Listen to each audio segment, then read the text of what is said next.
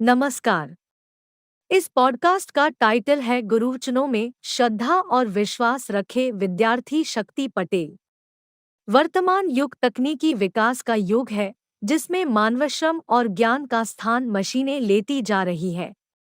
प्रायः देखने में आ रहा कि आर्टिफिशियल इंटेलिजेंस उच्च अनुप्रयोग के कारण कई बार विद्यार्थी कंप्यूटर और रोबोट्स को अपनी निर्णयकारी इकाई बनाने लगे हैं, जिसमें सारा नियंत्रण एआई का होता है।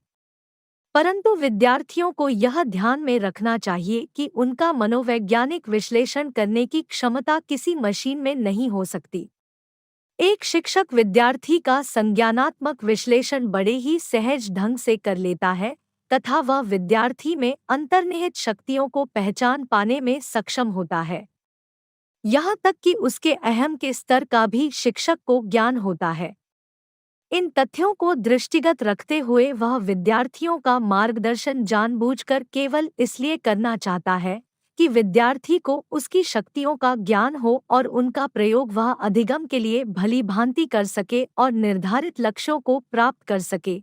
परंतु वर्तमान में हम देखें तो हमें दृष्टिगोचर होता है कि कुछ एक विद्यार्थियों को छोड़कर अधिकतर के द्वारा शिक्षकों के मार्गदर्शन की उपेक्षा की जाती है।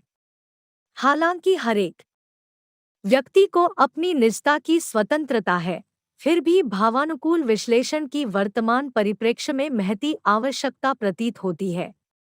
शिक्षक हमेशा अपने गुरुत्व को विद्यार्थी तक संचरित करने के लिए तत्पर और लालायित रहता है।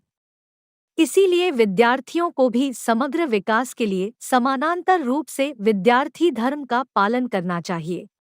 शिक्षक के वचनों के प्रति श्रद्धा और विश्वास का गुण हमें शबरी से भी सीखना चाहिए। मतंग ऋषि के वचनों में श्रद्धा और विश्वास का परिणाम ही श्रीराम जी से उनकी भेंट थी। यदि शबरी ने अपने हृदय में गुरुवचनों को श्रद्धा और विश्वास पूर्वक स्थान न दिया होता तो श्रीराम से उनकी भेंट संभव नहीं थी। इसीलिए गुरुवचनों में श्रद्धा और विश्वास विद्यार्थियों के लिए परमावश्यक है, जिससे उनकी शक्तियां और योग्यताएं जागृत हो सके और निर्धारित लक्ष्यों की प्राप्ति हो सके।